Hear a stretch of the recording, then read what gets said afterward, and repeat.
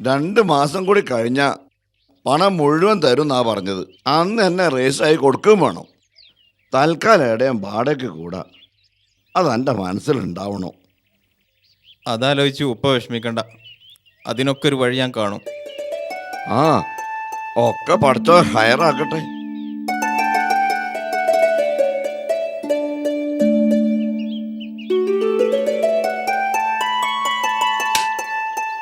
റംലയും സൂറിയൊക്കെ ഒന്ന് വരുമമ്മ.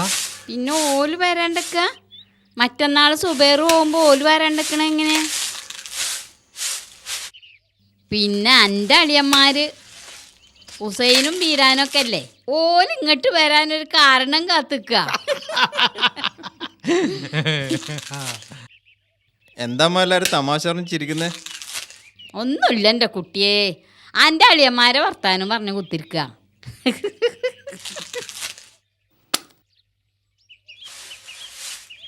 നിങ്ങൾക്കൊക്കെ എന്താ ആവശ്യമുണ്ടെങ്കിൽ എഴുതാനും അറിയിക്കാനൊന്നും മടിക്കരുത്.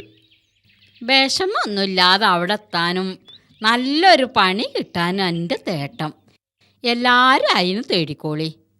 ഇവിടുത്തെ കാര്യം ഒന്നും ആലോചിച്ച് വിഷമിക്കണ്ട, അതൊക്കെ ഞാൻ നോക്കിക്കോളാം.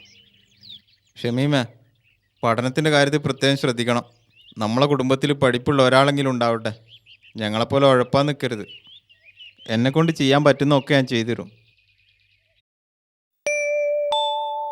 ചിന്തയിലാണല്ലേ?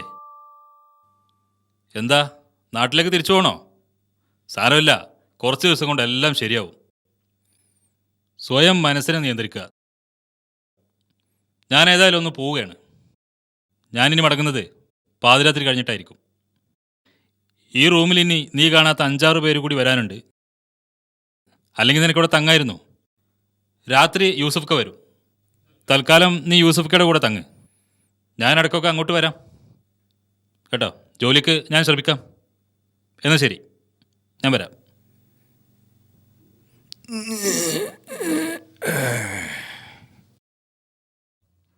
ഭക്ഷണം കഴിച്ചോ? ഇന്ന് ജോലിക്കൊന്നും പോകുന്നില്ലേ? എന്തേ ജോലി? ഈ വിസ കണ്ടുപിടിച്ചാൽ ഞെക്കി കൊല്ലണം.